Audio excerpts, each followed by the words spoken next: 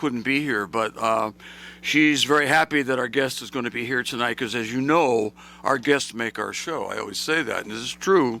It is not us; it is the guests. I think the best thing we do is we're good at, persuading people to come on. And Mary Romney's so glad to have you on. Mary Romney lives in Willimantic, and she's active in the local NAACP. I think she's an officer in the NAACP. No, she's a member, an active member. And anyway, she's also a teacher and an author, and she's got a father, had a father. He's deceased now, but with an incredibly interesting life. And she's written a book about a big part of his life, really a striking part of his life. And she's here to talk mostly about her dad and about his life that started in 1912. He was born a year after my dad was born, so that's a long time ago. Absolutely. Yes. Anyway, great to have you on the show, Mary. You. And Thank you. I know you have several degrees, and you've taught. Now, one of the things you've done is you've taught people who who need English. Who need English as a first language? As a second language. English as a second language. Right. For quite a long time. Yes, I retired a few years ago after more than 40 years of teaching English to speakers of other languages. I started doing that in Spain in the 70s, and then, here in Connecticut, I did it for almost 30 years. I guess, around over 25 years. I did it here in Connecticut, starting out at Quinebaug Valley Community College, which is an absolutely wonderful institution that I still admire very, very much. And I also taught at UConn for 12 years. I was at Quinebaug for 15 or 16 years, and then at UConn for 12 years, and at Capital Community College for about 4 years. And I have to say, I really I enjoyed it very, very much. I have nothing but admiration for my students, and I really admire anybody who is courageous enough to try to learn another language. It's quite a challenge. English is a quite difficult language to learn, and all of my students were adults, so it was even more challenging for them. But I really admired them. I love the profession, and I'm still active in the profession, actually. Yeah. Fantastic. And you're also an author, and you've written several books. I've written one book other than this one, and I've edited another book. So I have a little bit of authorship in my. Several is an interesting word. I think it's more than one. And I know, as I told you before, I'm a big Bob Dylan fan, and Bob Dylan plays with words all the time. Yeah.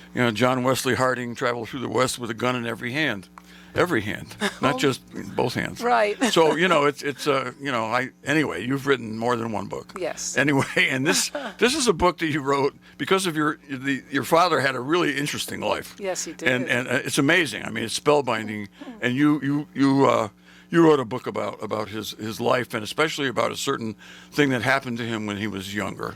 Yes. My book is about his wartime experience in World War II.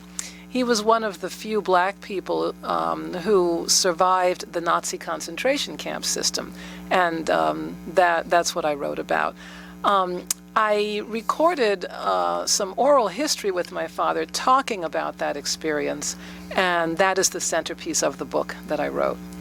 Okay, well, I got the book from you today. I've had a really busy week, and we met all around noontime today, and you dropped off a copy of the book. I had ordered a copy from Amazon, which was supposed to be here today, and didn't come yet. And so I asked Mary to give me a copy of the book. She offered to give me a copy earlier in the week, and I said, oh, no. I said, I don't know if I'll have time to read it, But I always like to, as our listeners know, I always like to be prepared. Absolutely. And so I got a copy of the book at noon, and I don't think I put it down but a couple of times this afternoon going through it. And I probably read through about half of it. It's about a 160, 170-page book. And it's you write a lot about his experience in a Nazi concentration camp, which is kind of shocking, just to mention that. But I think his life was incredibly interesting, and you might want to talk a little bit about it, starting with day one. I'd say his where he was born and whatnot. He was from the Dutch side of the Caribbean island of St. Martin. And he lived also on the islands of Aruba and Curacao, which are also still Dutch islands. They're in the southern Caribbean. St. Martin is in the northern Caribbean, very close to Puerto Rico. And he also lived in Venezuela. And he became a merchant sailor sometime around the early to mid 1930s. And let me see, he was a merchant sailor from around the mid 1930s until 1940. And in June 1940, he was on a merchant ship. It was a Greek merchant ship, and it was sailing from Cardiff in Wales on its way to Greece. So, of course, it was sailing through the Mediterranean.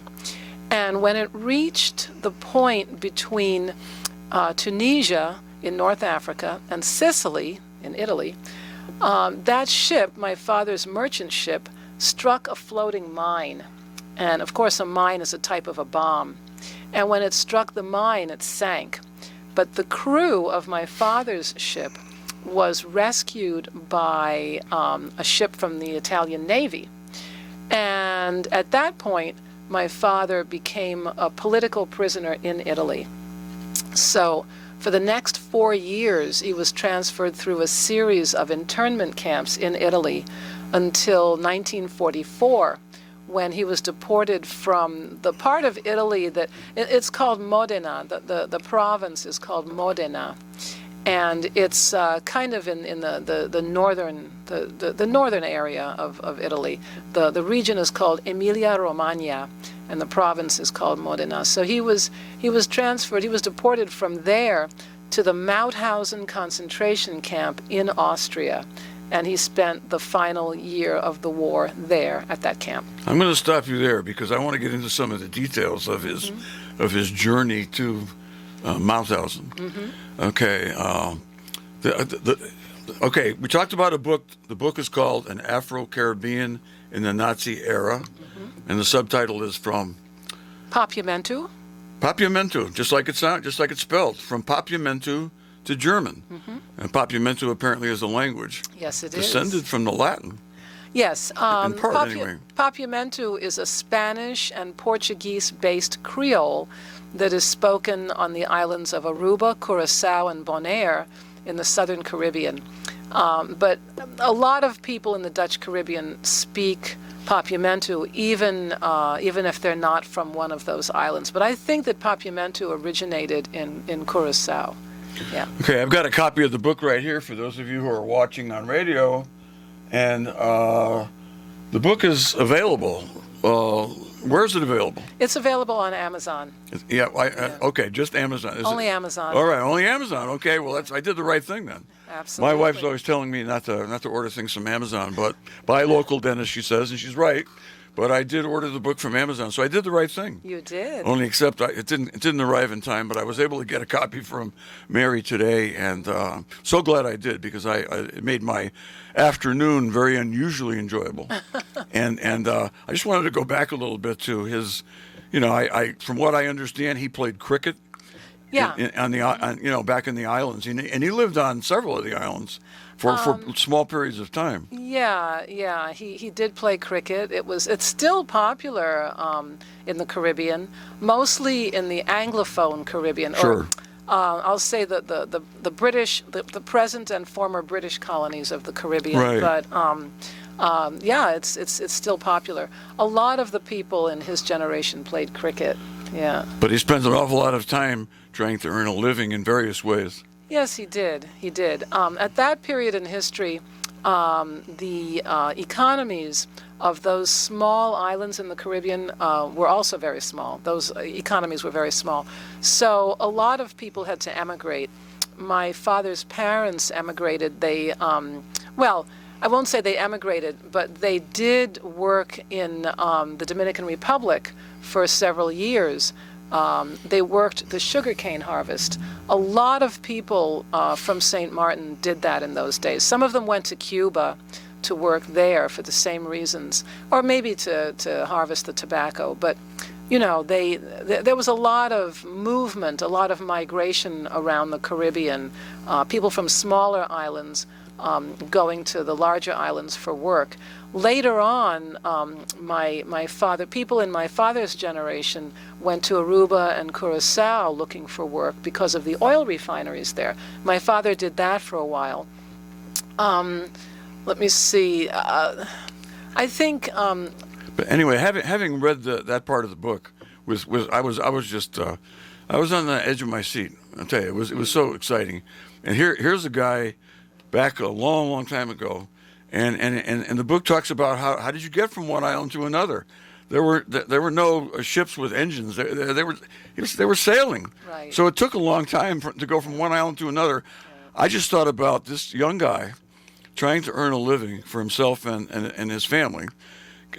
Sailing for 3 days from one island to another because there was work there. Right. And I mean, that is just so impressive. Yeah. And, yeah. Yeah. I know you're incredibly proud of him, but I mean, you are right to be proud of him. I mean, what a guy. I mean, it's just, and I guess he was not alone in doing that. There were others that were doing that too. Absolutely.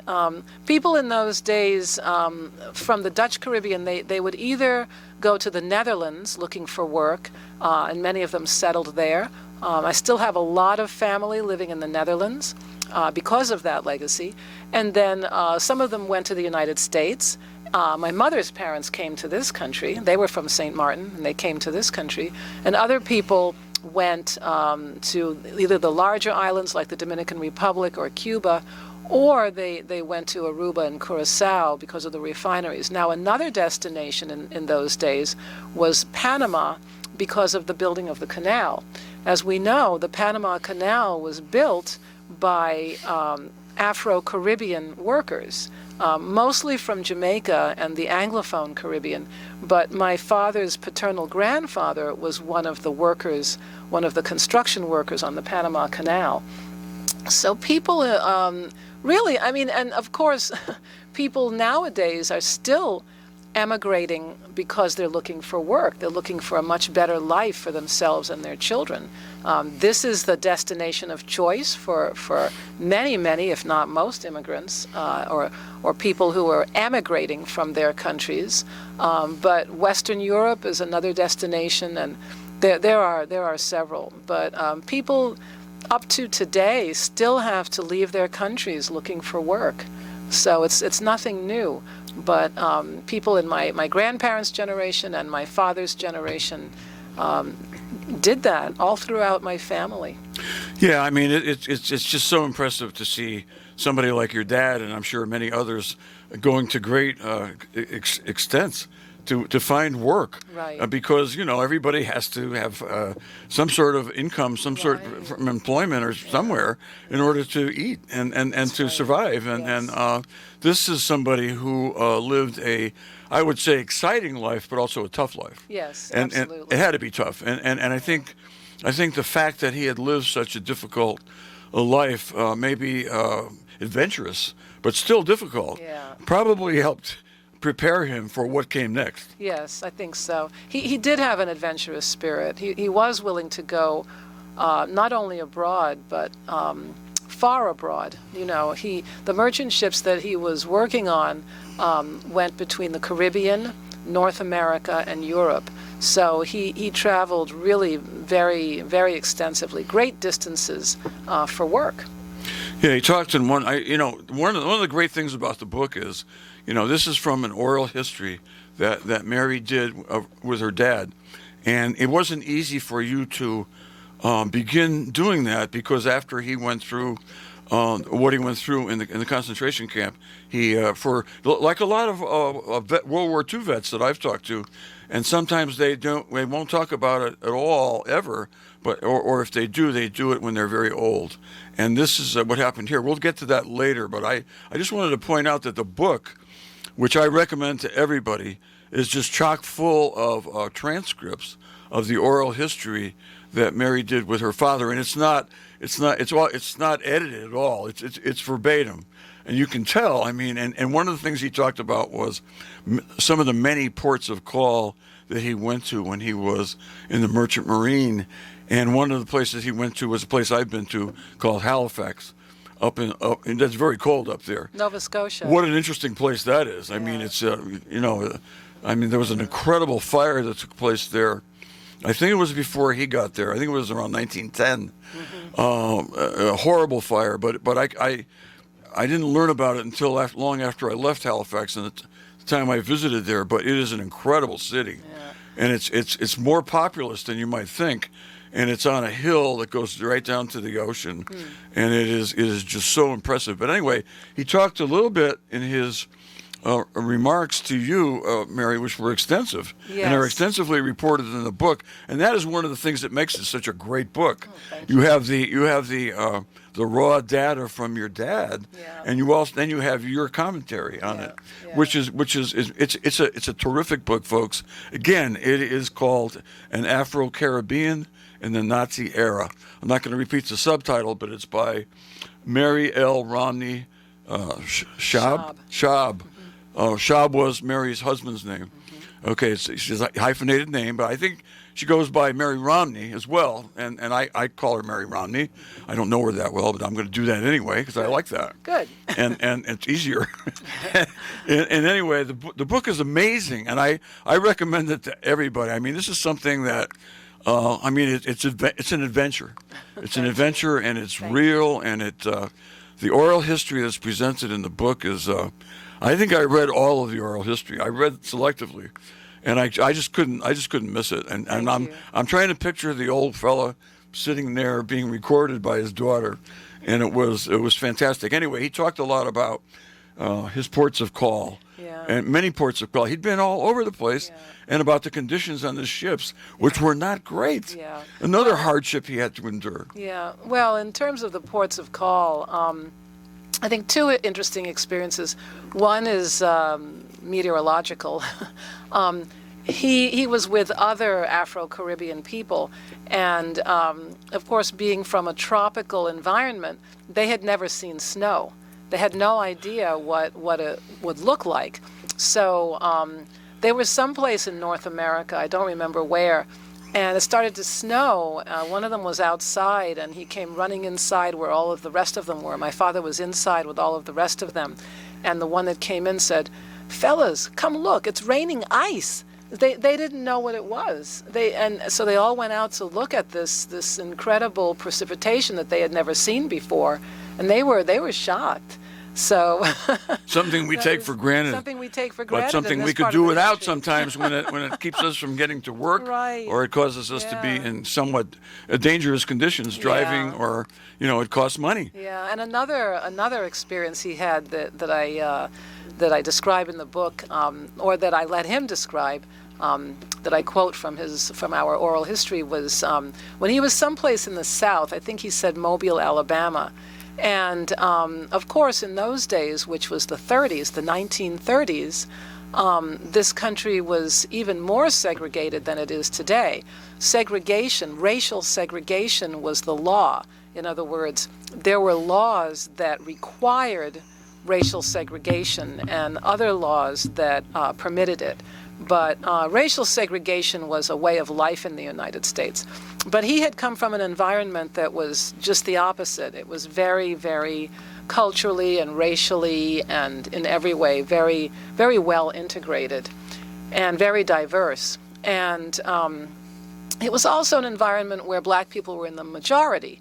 So he was there in the Deep South in the United States in the 1930s, in an extremely segregated environment, which again was something that those young people at that time were too naive and too uninformed to know about. Of course, there was no television in those days. There was barely any radio. Newspapers were not international to the extent that they are now.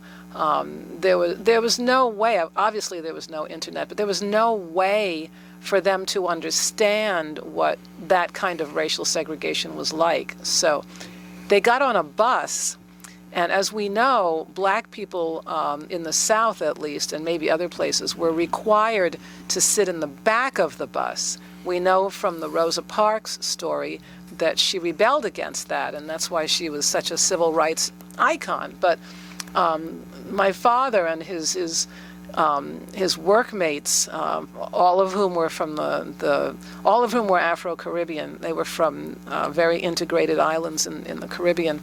They didn't know anything about racial segregation. They didn't understand the laws. They weren't even aware of the laws. So they got on this bus where, of course, black people were supposed to sit in the back. They got on this bus, they paid their fare, and they sat in the front. And when he told me that, I went into shock. I said, "What? You sat in the front of the bus?" Because I thought that he was going to say that they had been arrested as a result of that, or that they were beaten up as a result of that, or that they were threatened in some way, that their lives were in danger. Because it took less than that, really, for black people's lives to be in great danger in those days, at that time, in that place. As we know, today, there have been many instances in which we would say, well, how different is it? But it's very different today from what it was in those days. And so they sat in the front of this bus, and the bus driver was shocked. He couldn't believe it, but he could tell that they were foreigners because he could hear the accent, and he could tell by the behaviors. And they were dressed in tropical clothing, so he could see that they were not from the area. And he told them that they had to move to the back, and they couldn't understand why. And so I thought that story was going to end very badly. So I kept saying, "But you sat in the front of the bus?" And I was horrified. Because it was not an act of defiance, it was an act of naivete, really. And so finally, a local woman, an African-American woman, got on and said, "No, you have to move to the back because it could get all of the rest of us in trouble, and because it's the law here. This is the way they do things here, so you really need to move." So they got up and moved because they didn't want to create trouble for anybody else. But I was shocked when he said that, and I was surprised at their reaction. I mean, I thought it showed a lot of courage, actually. Absolutely. In fact, one of the things I read about that incident in the book, and one of the things that struck me was that he said to the bus driver, "We paid our way on. Why can't we sit wherever we want?" That's exactly what he said. And so he was like, he was right. He was. And he was asserting his rights, and he did it in a very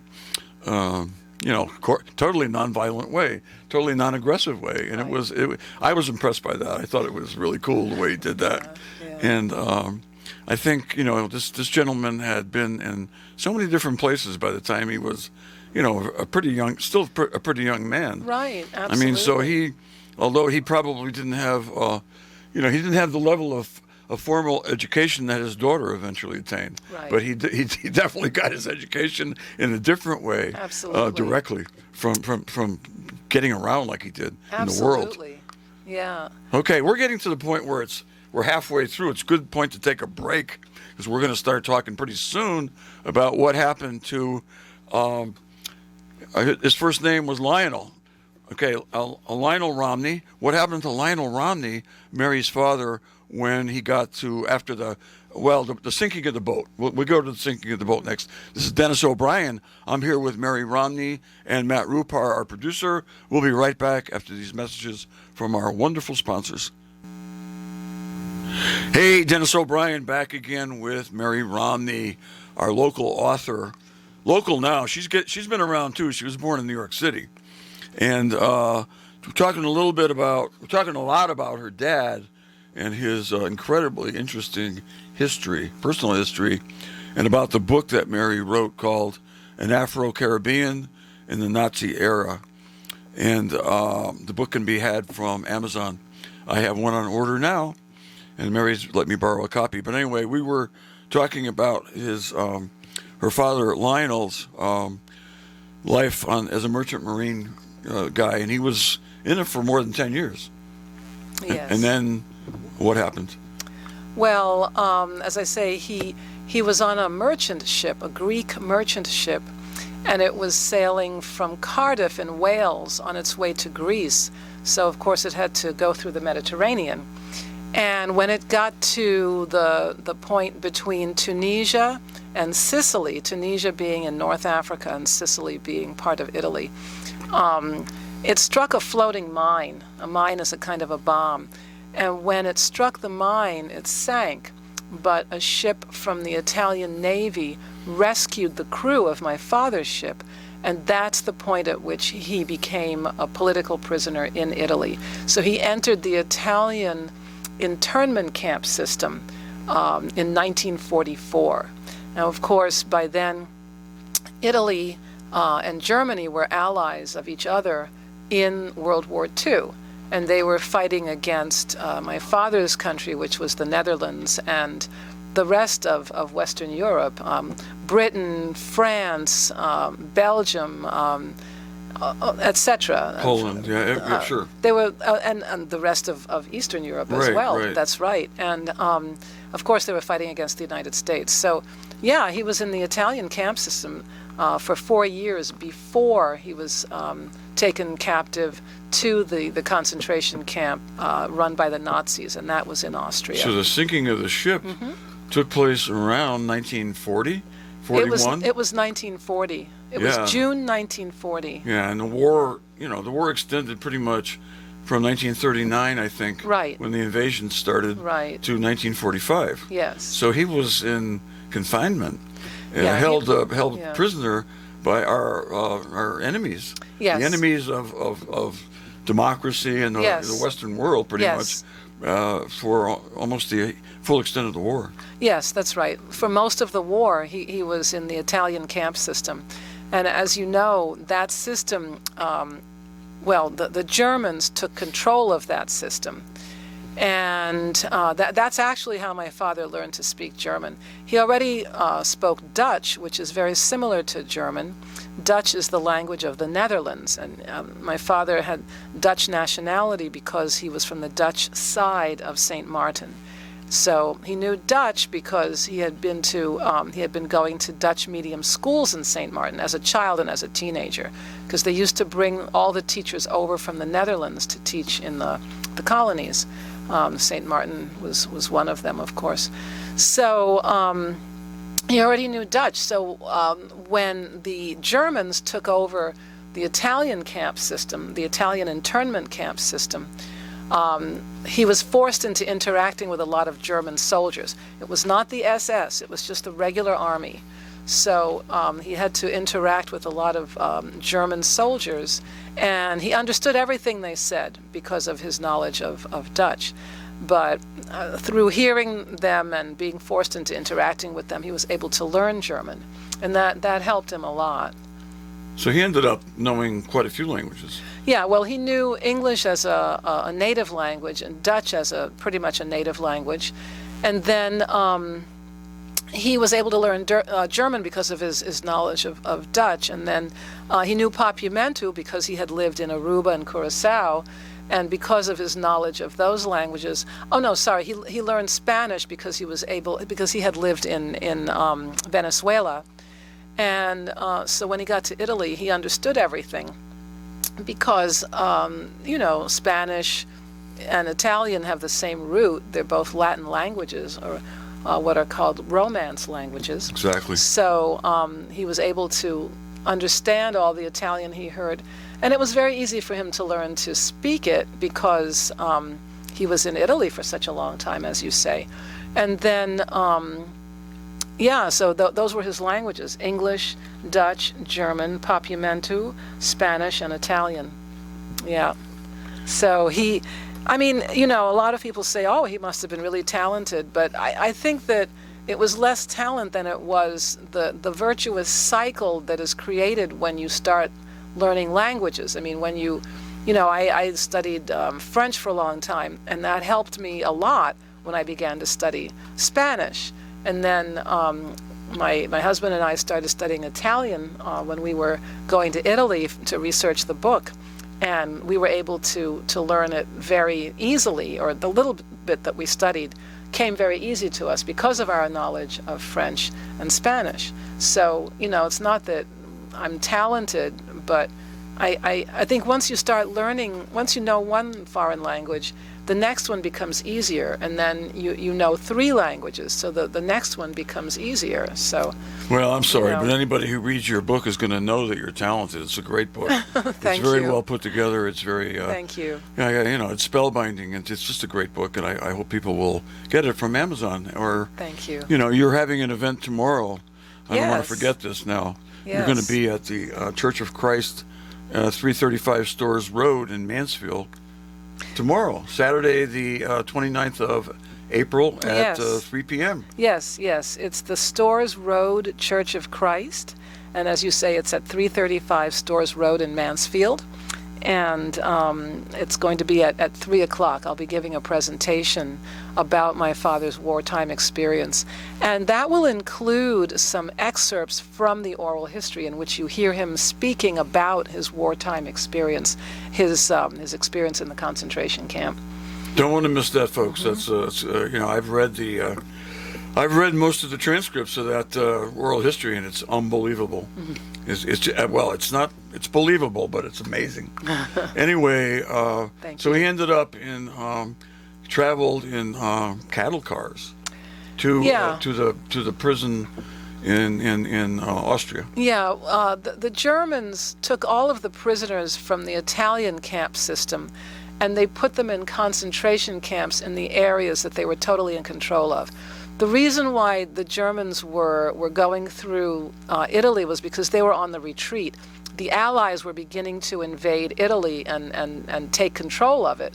So the Germans were on the retreat. So as they moved northward through Italy, they took their prisoners with them, and they sent them to concentration camps in Germany and Austria and Poland and all of the areas that they controlled. So the Jewish prisoners in the Italian camp system were mostly sent to Auschwitz. Auschwitz was really, I think, mostly intended for the extermination of the Jewish people. But some of the other camps in the Nazi concentration camp system were more diverse. They had more diverse prison populations. Mauthausen had a very, very diverse prison population. Every country in Europe was represented, and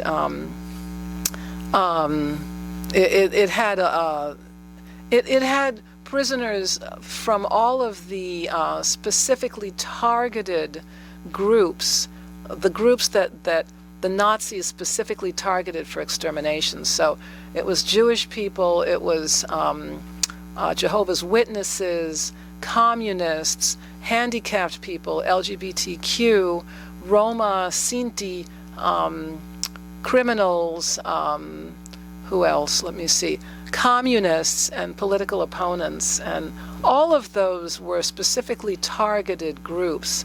The Nazis wanted to eradicate all of those groups. I might have omitted one. I think the only one you omitted maybe was the Austrians who were opposed to. Well, I said the Nazis. political. No, I said political opponents. You got it. Yeah, All right, yeah. I missed that. Yeah. Well, Yeah, I okay, think you I got said it.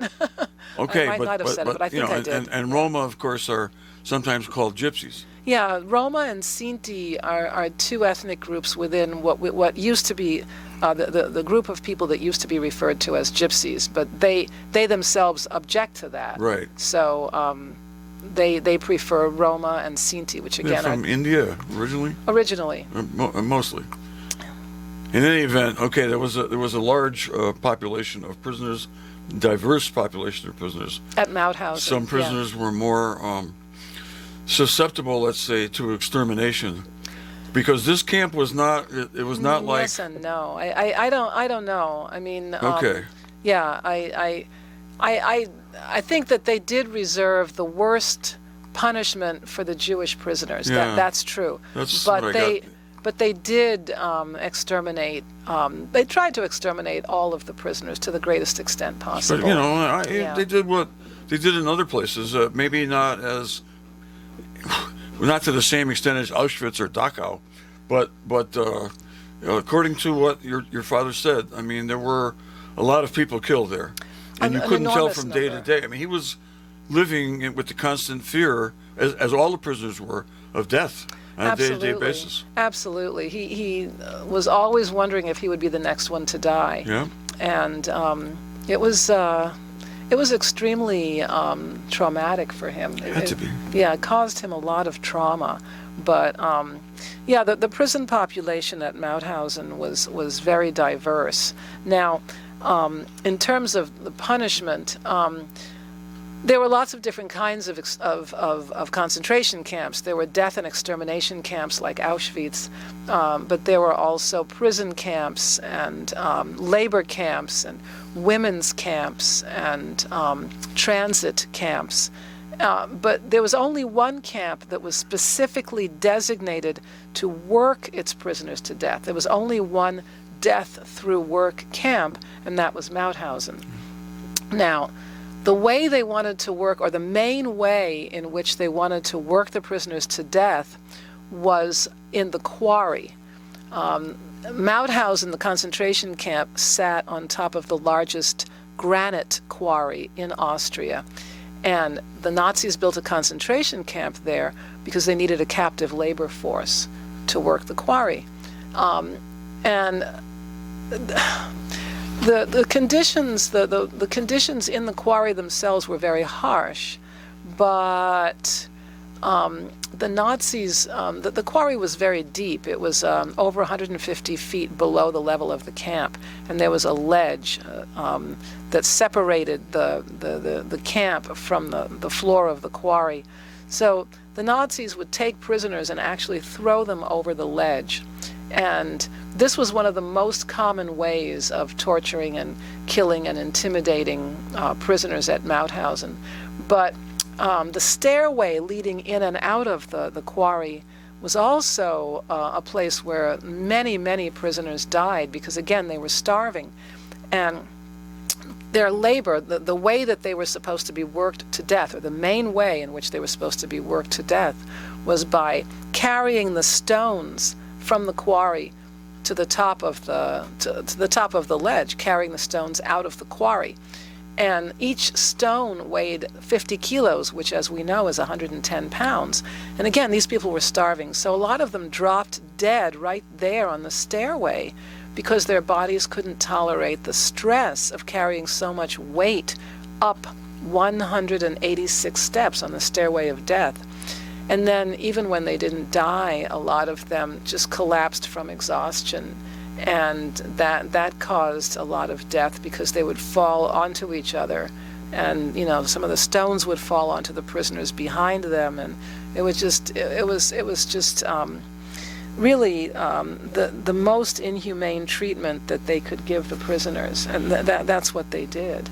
So your dad, in those horrible conditions, was probably as well equipped as anybody to survive that kind of situation because he was a stranger to hard work.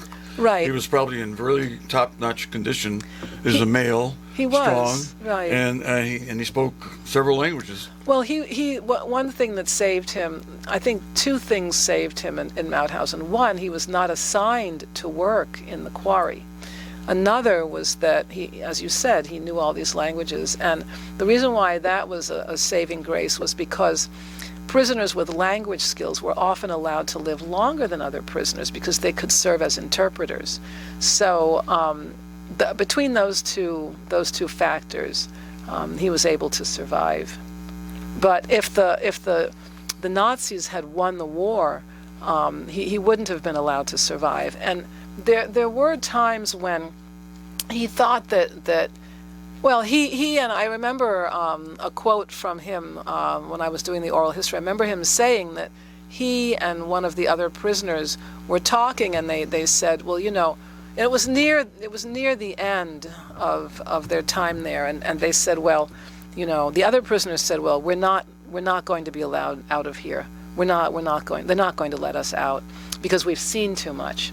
And I've been thinking about that for a long time, and it led me to the conclusion that the Nazis were just, they were like bullies on steroids. They were just extreme bullies. But what you have to remember about bullies is that bullies are cowards. And the Nazis didn't want any of the prisoners, they didn't want to let any of the prisoners out alive. And that's why they killed a lot of prisoners. Every time they had to abandon a camp, they would kill all the prisoners because they didn't want the prisoners to tell the outside world what they had witnessed.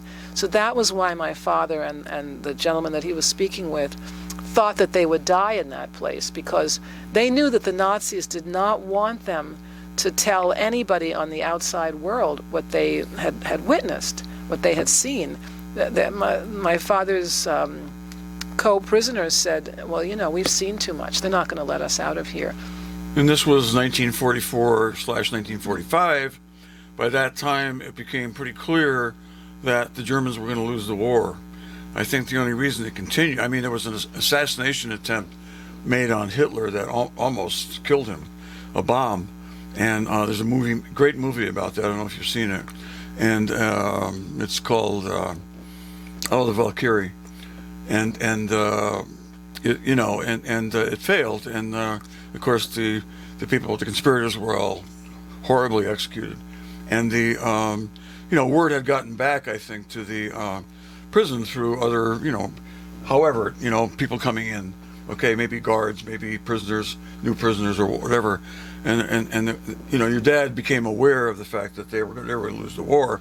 So there was always this concern. That was great, but there was always this concern. Now, what are they going to do? They're going to scuttle the whole place and kill all the prisoners. And he mentioned one thing that was kind of strange, and that was that a lot of the guards at that prison were World War I veterans, and they were old, and they had old guns. And wow, that was so interesting to know that. Yeah. These people were still loyal to the Reich, and they were guarding these people and killing a lot of them. And what a horrible thing for an older person to have to do to other people. Absolutely, yes.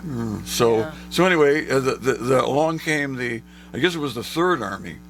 It was the Fifth Army. Okay, I thought the book said the Third Army, but you said the Fifth. I think it was the Fifth. Okay, anyway, it was Patton. Patton was in charge in general of it, and it's a pun sort of, and General Patton was, and they were liberated, and of course your dad survived along with others, and he what happened then? Well, I know a lot less about what happened to him immediately after the war than I do about what happened to him during the war. I asked him several times, exactly what happened between the time he was liberated and the time he left Europe. But that is very hazy. He never really answered very specifically. But I know that he made his way to the Netherlands because that was his country of citizenship, and he must have gotten some help there because he had nothing when he left the camp. He had nothing. He didn't have his passport. I know that it was very hard for him to get into the Netherlands. They didn't want to let him in because he had no way of proving his Dutch citizenship. He had nothing, no passport, absolutely nothing. So, but they took him at his word because I think because of his fluency in Dutch. How would he know Dutch if he wasn't Dutch? So, people, it's not a common foreign language. It's not like Spanish or English or something. Well, he obviously had special skills. Must have had a terrific personality. He did. Had all these languages. He was a special person, and he was able to survive. He was a survivor, and the fact that he survived this horrible tragedy that the whole world faced back but he faced it in a very special and more dangerous way, was amazing. And you were able to, after many years, induce him to tell you about it, and record it. Yeah, it was very, very difficult. I tried for over 20 years to get him to talk about it, but I couldn't ask him directly. I couldn't let him know that I knew. So I had to kind of maneuver around it. And so finally I was able to paint him into a corner. And that was the point at which he started talking. And I was just really not prepared. I never thought that I would get him to talk about it. But I was very grateful. But it was, as you know, I think it was from the book that it was relatively cathartic for him. Yes, it was. To finally get that off his chest. Yes. To his daughter. Yes, absolutely. Fantastic. Well, we could go on for another hour, but we don't have another hour. We have about a minute. Okay. Anyway, you've been listening to Mary Romney talk about her dad, Lionel Romney, and his incredible life.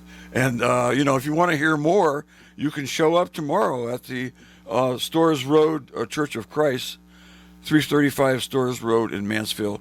Mary Romney will be there at 3 p.m. and she'll tell you the rest of the story. Yes. In any event, thanks, folks, for listening. Thank you, Mary, for being on the show. Thank you. I am, spellbound by your father's story. It's and uplifted by it. It's an uplifting story. Thank you. Thank you. That, of a person who was able to live a very difficult life, but to come out of it and build another life in New York City, and another place where, if you can make it there, you can make it anywhere. But I'd say if you can make it in a German concentration camp, you sure as hell can make it anywhere. So anyway, this is Dennis O'Brien with Mary Romney, and thank you all for listening. Hope you'll be back next week when Susan is back here, and we'll have another great show with another terrific guest. Thank you very much, and good night.